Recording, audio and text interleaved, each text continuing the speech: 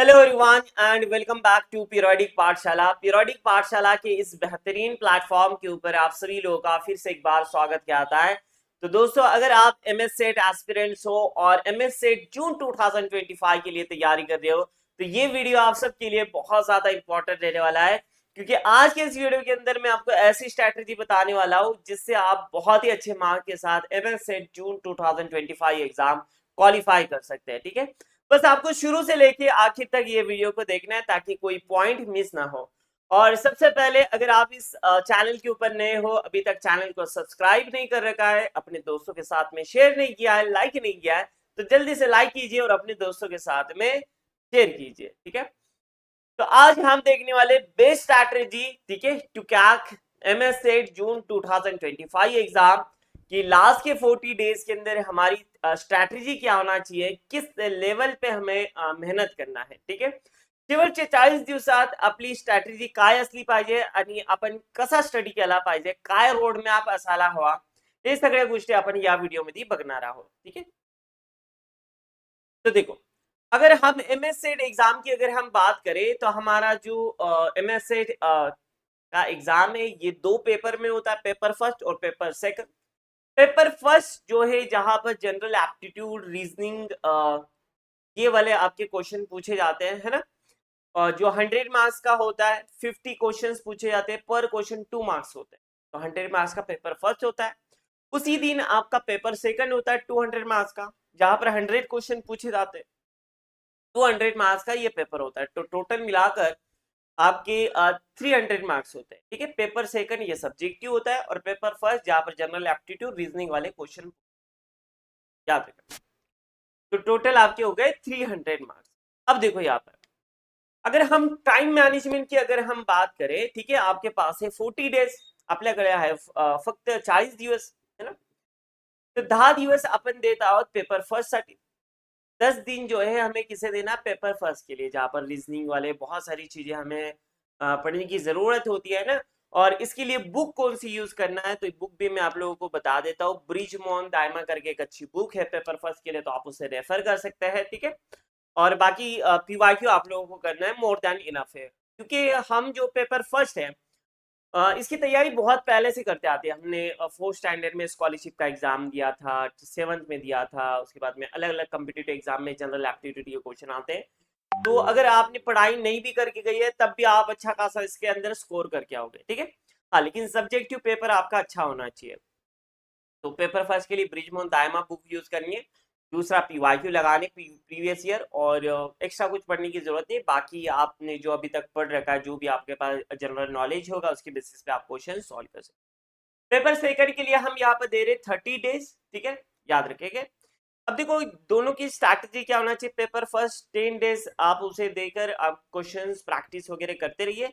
Main हमारा है paper second. तो पेपर सेकंड के अंदर आपके पास सिलेबस होगा, उसमें से जो इंपॉर्टेंट कोर कंसेप्ट है उसके ऊपर ज्यादा फोकस करना है ना। आप पीवाईक्यू एनालाइज कीजिए, जो सबसे ज्यादा इंपॉर्टेंट है, जो स्कोरिंग टॉपिक है, जैसे स्टीरियोकेमिस्ट्री है ना, बहुत इंपॉर्टेंट है, सबसे ज्यादा मार्क्स के लिए आता है। आईयूपीएससी नॉमिनेशन यहाँ से क्वेश्चन आता है। अब आप ऐसे टॉपिक पढ़ रहे हो जो कभी आया ही नहीं, जैसे यूवी स्पेक्ट्रोस्कोपी, वहां से क्वेश्चंस नहीं आता है। नेचुरल प्रोडक्ट से इक्का दुक्का क्वेश्चंस देखने मिलता है, तो उसके ऊपर ज्यादा मेहनत करने की जरूरत नहीं है। तो मैं ये बता रहा हूँ कि कोर कॉन्सेप्ट, जैसे नेम रिएक्शंस है, हमारी नेम रिएक्शंस की सीरीज चल रही है, तो नेम रिएक्शन से क्वेश्चंस आते हैं, तो उसके ऊपर फोकस करिए, है ना। अगर आपको इंपॉर्टेंट कोर कॉन्सेप्ट, जो मोस्ट रिपीटेड कॉन्सेप्ट है, अगर इसके ऊपर वीडियो चाहिए तो कमेंट बॉक्स में जरूर मुझे बताइए। ठीक है, ये पहला पॉइंट। दूसरा, यहाँ पर ये सबसे ज्यादा इंपॉर्टेंट है, सॉल्व।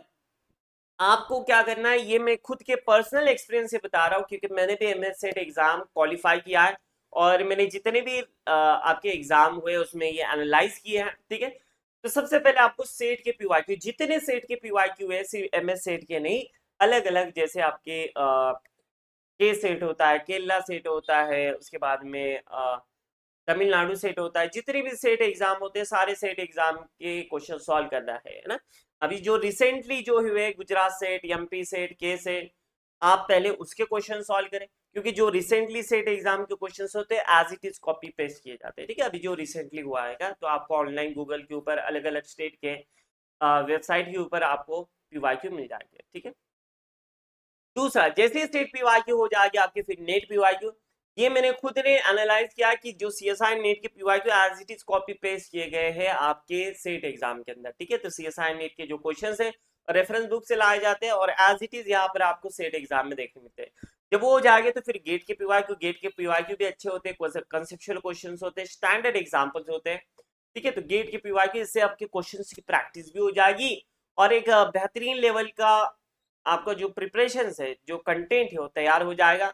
और आप देखेंगे कि इससे आपका जो कॉन्फिडेंस है काफी ज्यादा बढ़ जाएगा और आप फिर जो जितने भी सेट एग्जाम के पीवाईक्यू है अगर वो कर लेते हैं, नेट के पीवाईक्यू करते हैं, गेट के पीवाईक्यू, तो मैं यकीन दिलाता हूँ कि ये आपको अच्छा खासा स्कोर दिला कर देगा, है ना। ये आपको बहुत फायदेमंद होगा, इससे आपका स्कोर बहुत ज्यादा बढ़ने वाला है क्योंकि कंसेप्ट रिपीट होते हैं और ज्यादातर आपके क्वेश्चंस भी जो है यहाँ पर रिपीट होते हुए देखने मिलते हैं, ठीक है।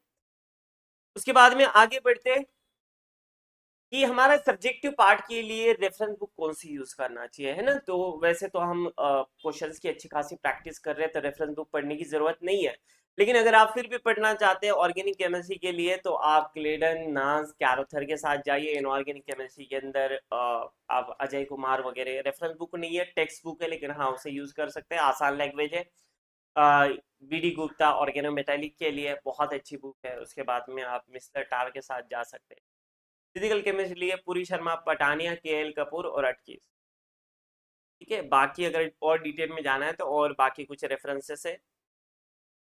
हाँ, उसके बाद में आपको मॉक टेस्ट जरूर लगाना है ना। तो ये पीवाईक्यू के साथ साथ और भी कुछ नए क्वेश्चंस आप मॉक टेस्ट लगाइए, टाइम मैनेजमेंट देखिए, पेपर को कितना टाइमिंग दिया है, उसके अंदर आप प्रैक्टिस कीजिए और एनालाइज कीजिए कि मेरी कमी कहाँ पर हो रही है। क्या मैं क्वेश्चंस के अंदर सिली मिस्टेक कर रहा हूँ, क्या मेरा टाइम मैनेजमेंट सही नहीं है, या फिर मैं कंसेप्ट गलत लगा रहा हूँ, या फिर मैंने ऑर्गेनिक, इनऑर्गेनिक, फिजिकल तीनों अच्छे से नहीं कर रखा है, कौन सा चैप्टर वीक है, कौन सा चैप्टर स्ट्रांग है। क्या आपको ये प्रैक्टिस करने से समझ में आएगा, उसके बाद में आप एनालाइज करेंगे तो समझ में आएगा।